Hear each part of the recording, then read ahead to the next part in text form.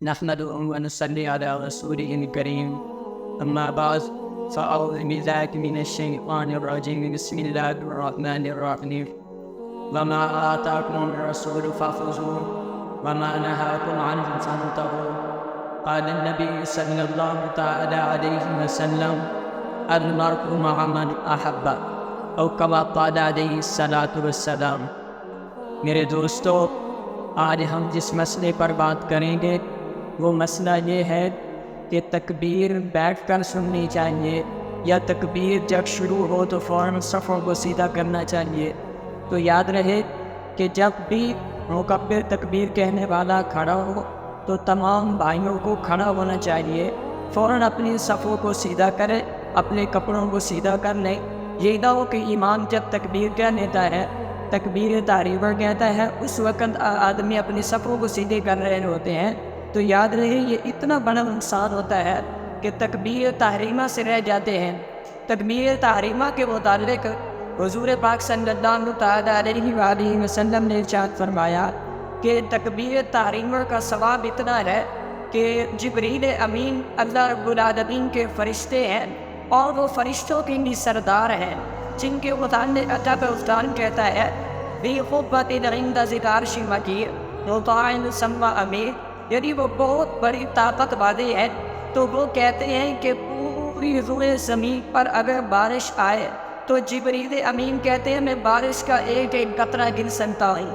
لیکن جو بندہ تکبیر اولیٰ کے ساتھ امام کے ساتھ اللہ اکبر کہتا ہے، اس کو اللہ جتنا ثواب عطا فرماتے ہیں میں وہ ثواب نہیں گن سکتا. تو جب بھی تکبیر شروع ہو فوراً سیدھے کھڑے ہو جائیں. اور یہ جو ہے کہ قد قامت الصلاۃ پر کھڑا ہونا ہے، یہ آخری مقدار ہے نا بوڑھے آدمیوں کے لیے جو ضعیف العمر ہوتے ہیں کہ وہ پہلے نہیں کھڑے ہو سکتے. تو کم از کم جب قد قامت الصلاۃ کا لفظ آئے اس وقت تو ضرور کھڑے ہونا چاہیے. اور حضور پاک صلی اللہ تعالیٰ علیہ وسلم اپنے حجرہ مبارک سے نکلتے تھے، صحابہ کرام حضور علیہ السلام کو دیکھ کر فوراً تکبیر شروع فرماتے تھے، اپنی صفوں کو سیدھا کر لیتے. حضور پاک صلی اللہ تعالیٰ علیہ وسلم آتے فوراً اللہ اکبر کہہ کر صحابہ کرام کو نماز شروع فرما دیتے تھے. اور یہ صفوں کو پہلے سے سیدھا کرنا چاہیے، کیونکہ جناب نبی مکرم صلی اللہ تعالیٰ علیہ وسلم نے ارشاد فرمایا: صفیں اگر تمہاری سیدھی ہوگی اللہ تمہارے دلوں کو آپس میں ملائے گا. اور آج ہم یہ امت مسلمہ اس مسئلے سے دور ہے، بیزار ہے، جس کی وجہ سے ایک ہی صف میں نماز پڑھنے والوں کے دل آپس میں نہیں ملتے. ایک ہی گھر میں رہنے والے ہوتے ہیں، جلد افراد ان کے دل آپس میں نہیں ملتے.